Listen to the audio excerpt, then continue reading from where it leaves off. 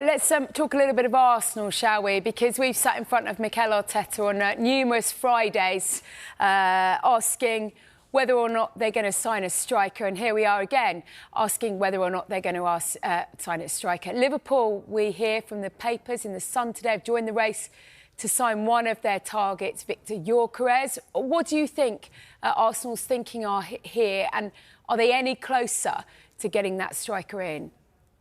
Yeah, I think it's still been quite quiet on that front just because there have been other priorities this week. Of course, I'm sure we'll talk about Brentford's Norgard soon, but also when you look at, I guess, the internal stuff they've been wanting to do ahead of next season, that's probably taken a front seat. With Gyökeres, I don't think that's moved on as much as it seemed from the reports in Portugal last week.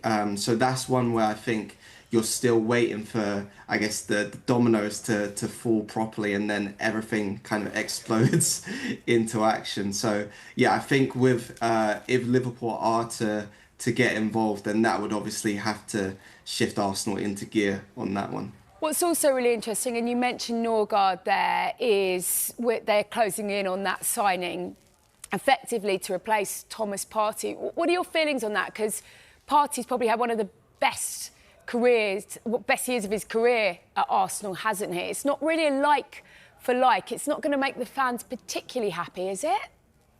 No, I've seen a lot of debate on social media over the last 24 hours. A lot of conflicting views. I think for me personally, I think it's just one that you need a competent midfielder in that position. Of course, he's coming in more as a backup, I'd say, than someone who you're expecting to start regularly because you have Martin Zubimendi coming from Real Sociedad.